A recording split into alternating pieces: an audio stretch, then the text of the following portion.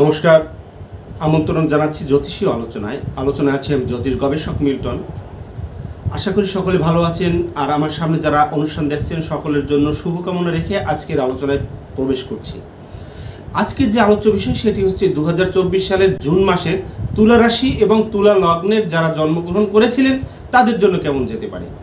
এই মাসটি জুড়ে তুলা রাশি জাত যারা রয়েছেন তাদের শারীরিক সুস্থতা, অর্থভাগ্য, যোগাযোগ ব্যবস্থা, পড়াশোনা, শিক্ষা, দেশ বিদেশ ভ্রমণ, প্রেম প্রণয়, সন্তান, রোগ ব্যাধি, শত্রু প্রকোপতা, আধ্যাত্মিক জগতে প্রবেশ, রাজনীতি, মান সম্মান, যশ খ্যাতি, বিবাহ বা বিবাহিত জীবন এবং যারা চাকরি প্রাপ্তি চাচ্ছিলেন বা বিদেশ যেতে চাচ্ছিলেন, বিদেশ থেকে আসতে চাচ্ছিলেন, এই সমস্ত বিষয় নিয়ে মূলত আলোচনা।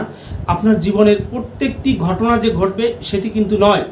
যারা তুলা রাশি এবং তুলা লগ্ন মনে করেন আপনার জীবনের সাথে তুলা রাশি তুলা লগ্ন নিয়ে বেশি মিলে, তাদের জন্য এই ঘটনাগুলো কিন্তু আরও সুযোগ সুবিধা করে দিতে পারে।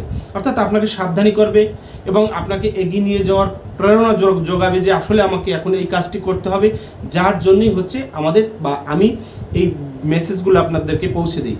আসলে এই জ্যোতিষশাস্ত্রীয় আলোচনা থেকে ইউটিউব থেকে অর্থ ইনকাম করব সেইটি কিন্তু উদ্দেশ্য নয়। উদ্দেশ্য হচ্ছে এমন একটি মহান শাস্ত্রের সাথে আমি আছি, এটির বার্তা বা এটির একটি মেসেজ আপনার কাছে পৌঁছে দেওয়া, যাতে আপনি সতর্ক থাকেন, আপনার সঠিক পথে আপনি চলেন, আপনার সঠিক সময়ে আপনি সঠিক কাজটি করেন।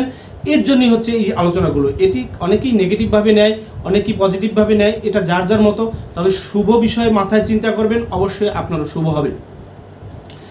দেখুন, তুলা রাশি বা তুলা লগ্নের কিন্তু এ মাসটি যথেষ্ট শুভ বা ভালো বিষয় রয়েছে।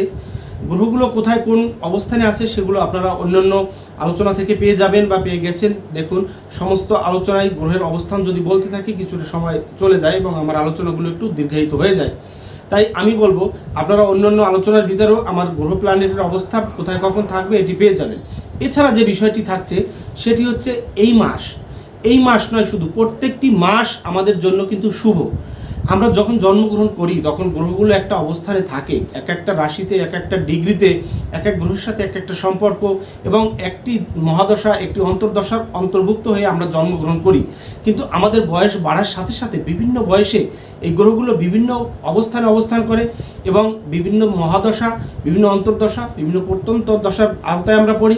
তখন সেই সময় কিন্তু নবতারা চক্রে এক একটা শুভ জায়গায় এক একটা গ্রহের অবস্থান থাকে এবং সেই সময় দেখা যাচ্ছে স্বর্ণালী চক্রেও শুভ অশুভ বিষয় থাকে। এর উপরে ভিত্তি করেই আপনার শুভ অশুভগুলো নির্ণীত হয় প্রতিটা মাসে, প্রতিটা দিন, প্রতিটা সময়, অর্থাৎ কাল বলি আমার, কাল মানে সময়ের উপরে।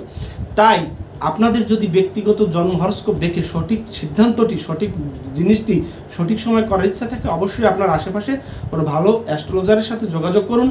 কারোর উপর ভরসা না করতে পারলে দেশ বিদেশ যে কোনো জায়গা থেকে আপনারা আমার সাথে যোগাযোগ করতে পারেন। আমার সাথে যোগাযোগ করতে স্ক্রিনে যে নম্বর আছে সরাসরি এসে হোয়াটসঅ্যাপ, ইমো বা ভাইবার বা অন্য কোনো অ্যাপসের মাধ্যমে আপনারা আমার সাথে যোগাযোগ করে আপনার পরামর্শটি আপনি নিতে পারেন।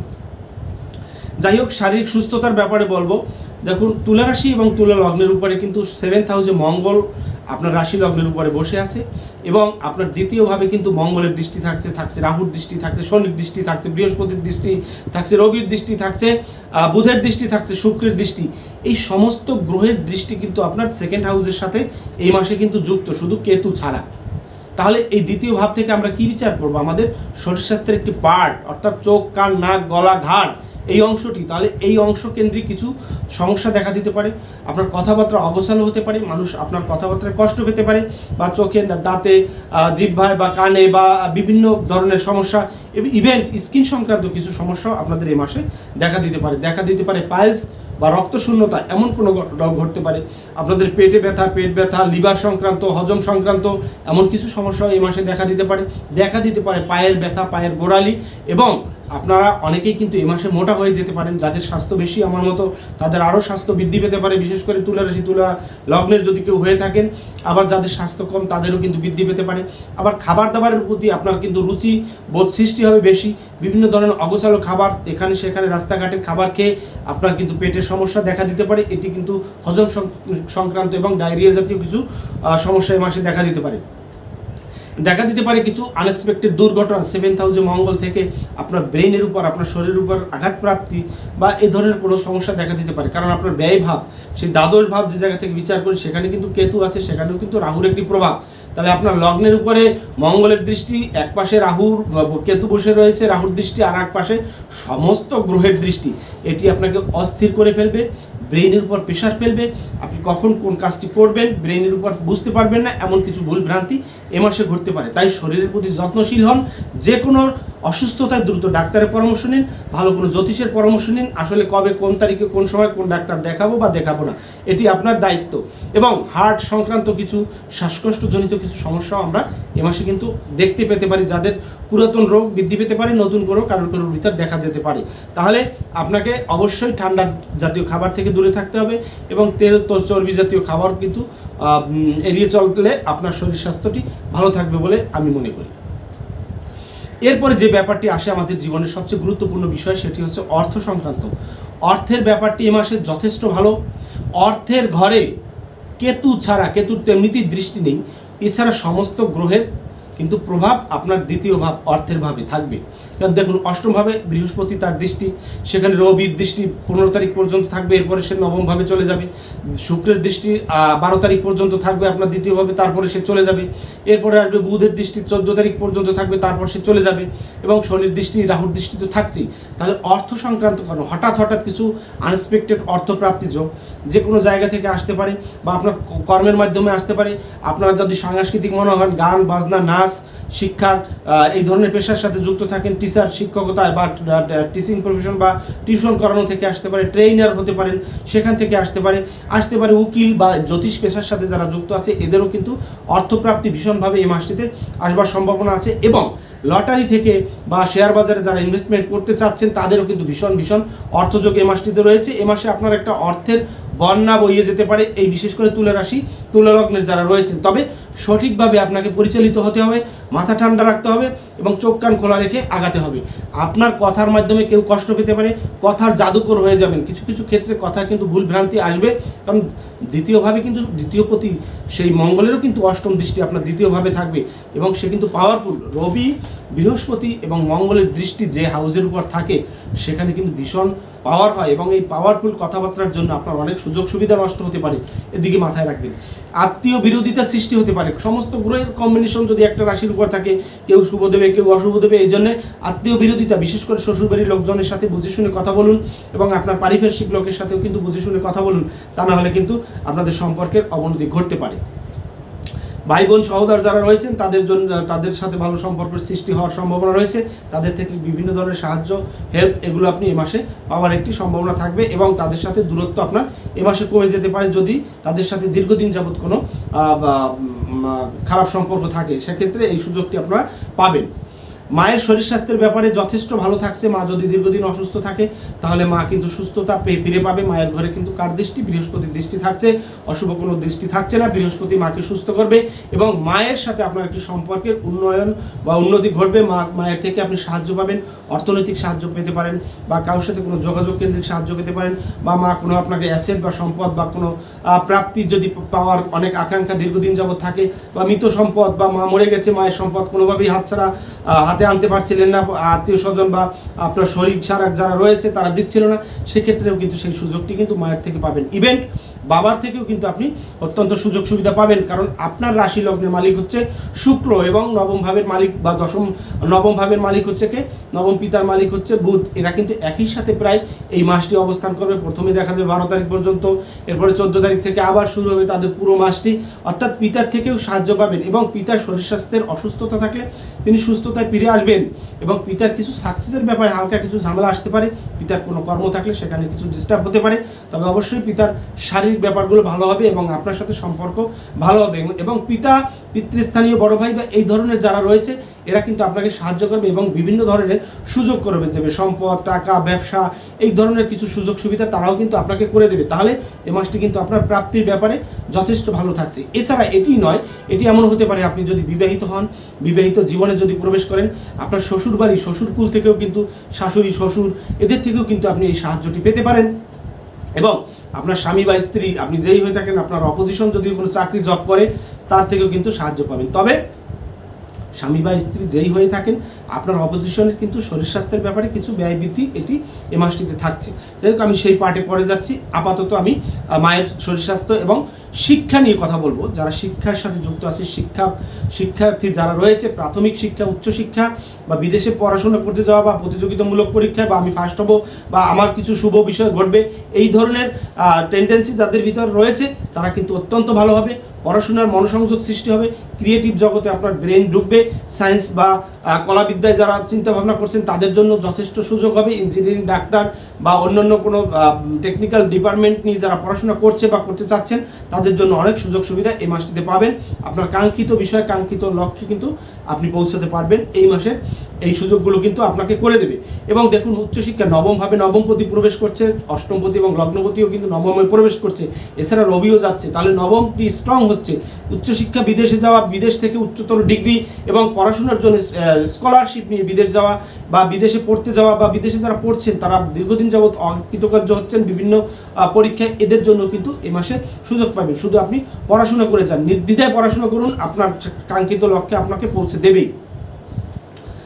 বন্ধুভাগ্য এ মাসে যথেষ্ট ভালো। বন্ধুদের থেকে আপনি প্রচুর সাহায্য পাবেন এবং বন্ধুদের সাথে কমিউনিকেশন হবে। বন্ধুদের দ্বারা ব্যবসা বাণিজ্য করলে, অংশীদারি বিজনেস করলে সেখান থেকেও কিন্তু আপনি সুযোগ সুবিধা পাবেন এবং বন্ধুরা আপনাকে সেই সুযোগটা একে অপরের সাথে মিলেমিশে করলে যে কোনো ধরনের ব্যবসা কিন্তু আপনি এই মাসে ইনভেস্টমেন্ট করলে আপনি তার ফল লাভ করবেন।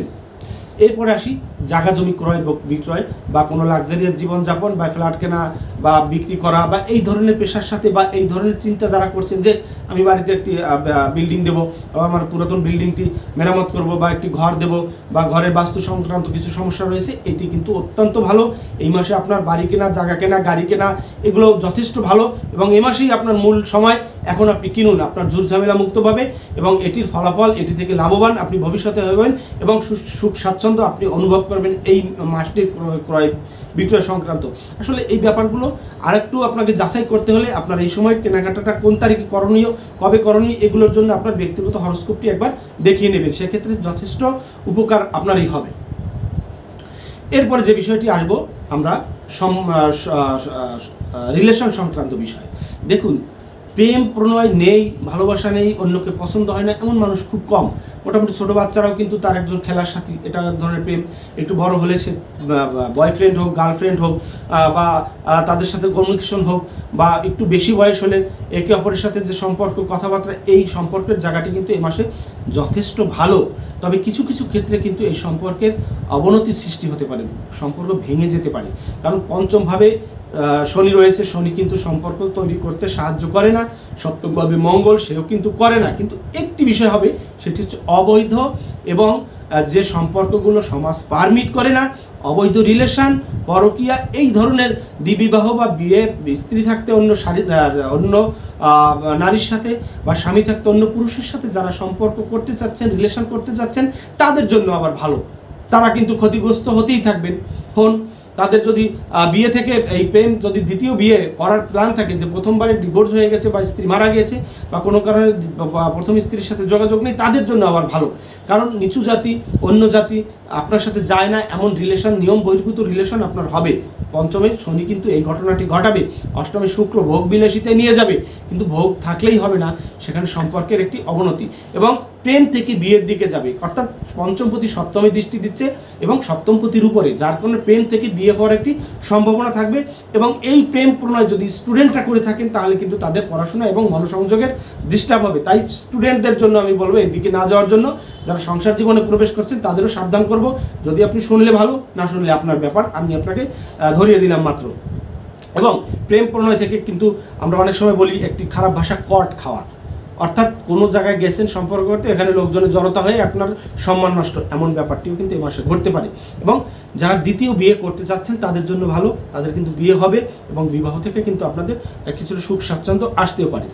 এরপরে যেহেতু আমি প্রেমের কথা বললাম, আমি বিয়ের পার্টে চলে যাব। বিবাহ বা বিবাহিত জীবনে বেশ বিশৃঙ্খলা সৃষ্টি হতে পারে, স্বামী স্ত্রীর ভিতর ভুল বোঝাবুঝি, এবং আগে যদি কোনো স্বামী স্ত্রীর সাথে ভুল বোঝাবুঝি ছিল, মনে হচ্ছিল যে আমি ডিভোর্স হবে, আমাদের যে ডিভোর্স নেব বা মামলা হয়েছিল, ডিভোর্স হচ্ছিল না, তাদের জন্য কিন্তু এ মাসে সেই ডিভোর্সের জায়গাটি কিন্তু বৃদ্ধি পেতে পারে এবং আপনাদের কিন্তু সেপারেশন হয়ে যেতে পারে এবং আইনি জটিলতা হতে পারে। এদেরকে আমি বলবো একটু সাবধান থাকুন, একে অপরকে বোঝার চেষ্টা করুন, তা নাহলে আপনারই ক্ষতি হবে এবং সংসার জীবনে শয্যা সুখের বেশ কিছু অভাব সৃষ্টি হবে, সেপারেশনের সম্ভাবনা এই মাসে থাকবে।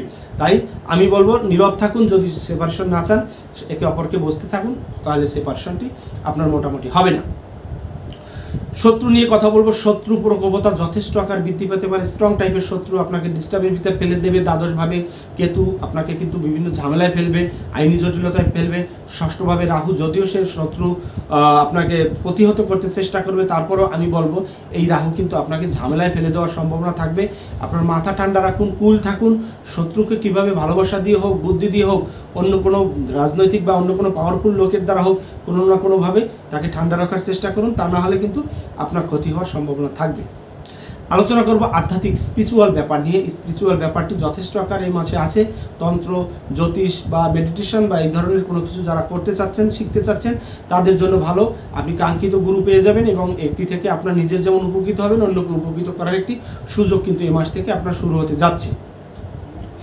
ব্যবসা নিয়ে কথা বলবো। যারা ব্যবসা করতে চাচ্ছেন এই মাসে যথেষ্ট ব্যবসাসী, যে কোনো ধরনের ব্যবসা হোক, লোহা, লস্কর, ইলেকট্রনিক্স, খাবার দাবার, হোটেল, রেস্টুরেন্ট, গান বাজনা, পোশাক আদি, এই ধরনের যে কোনো ব্যবসার সাথেই আপনি যুক্ত থাকেন, আপনার ব্যবসা ভালো এবং সেই ব্যবসাটি দেশে হতে পারে, দেশের বাইরেও যদি করতে চান সেটিও ভালো। আপনি ব্যবসা থেকে প্রচুর লাভবান হবেন এবং আপনার সঠিক জায়গায় হয়তো ইনভেস্টমেন্টই হবে। আর এই সঠিক সময় ইনভেস্টমেন্ট করার জন্যই আপনাকে পরামর্শ নিয়ে নতুন বিজনেসে নামতে হবে, যে কোনো জ্যোতিষের পরামর্শ নিয়ে নেবেন।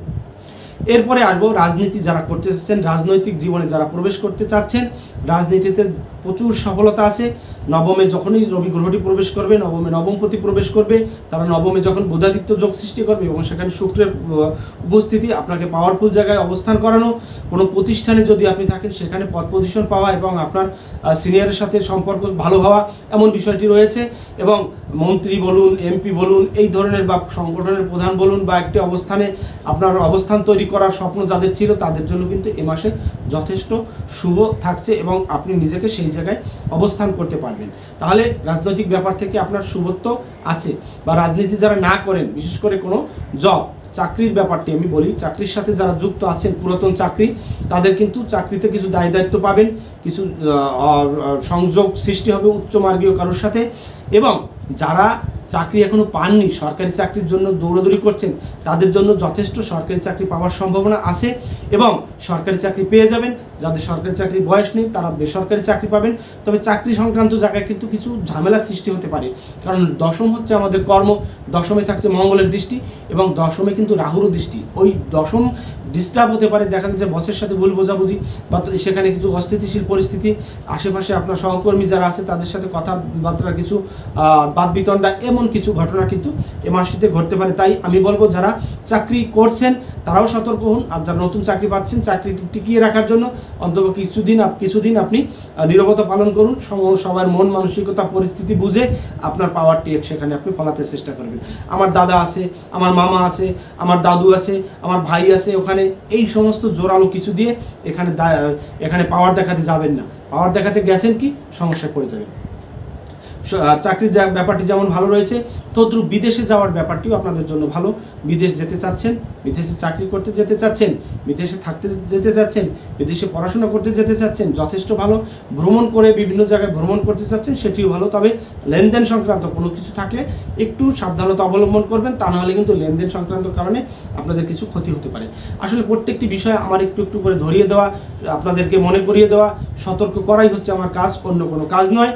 আপনারা আমার থেকে পরামর্শ নিলে অবশ্যই আমাকে আপনারা পারিশ্রমিক দেবেন এবং পারিশ্রমিক ছাড়া যদি কোনো পরামর্শ কারো থেকে নেন সেটি যেমন গ্রহণযোগ্যতা হারায়, তদ্রূপ এটির গুরুত্বও কিন্তু হারায়। তাই বলি, যার থেকেই আপনি যে পরামর্শ নিয়ে থাকেন, কম হোক বেশি হোক, তার সাথে কথা বলে তাকে কিছু পারিশ্রমিক দেবেন, সেক্ষেত্রে আপনার জন্য ভালো হবে বলে আমি মনে করছি এবং যাকে সাহায্য করবেন সেও উপকৃত হবে।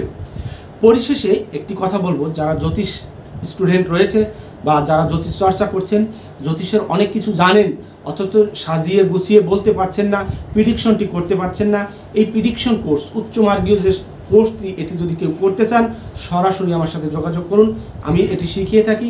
এছাড়া যারা ডিপ্লোমায় প্রাথমিক পড়াশোনা যারা করতে চাচ্ছেন আমার সাথে যোগাযোগ করুন। এখানে আমাদের একটি কলেজ আছে, সেখানে আমি পড়াই, সেখান থেকেও আপনি শিখতে পারবেন এবং আমি এখানে সরাসরি আপনাদেরকে পাঠদান করব। পরিশেষে সকলে সুস্থতা এবং সুন্দর জীবন কাটুক এই প্রার্থনা রাখছি। আমার জন্য তা আপনারা আশীর্বাদ করবেন, আমার জন্য আপনারা দোয়া করবেন, প্রার্থনা করবেন, আমি যেন সুস্থ থেকে আপনাদের মাঝে বিভিন্ন আলোচনা নিয়ে আসতে পারি। এই বলে আজকের মতো বিদায় নিচ্ছি। দেখা হবে পরবর্তী আলোচনায়। নমস্কার সবাইকে।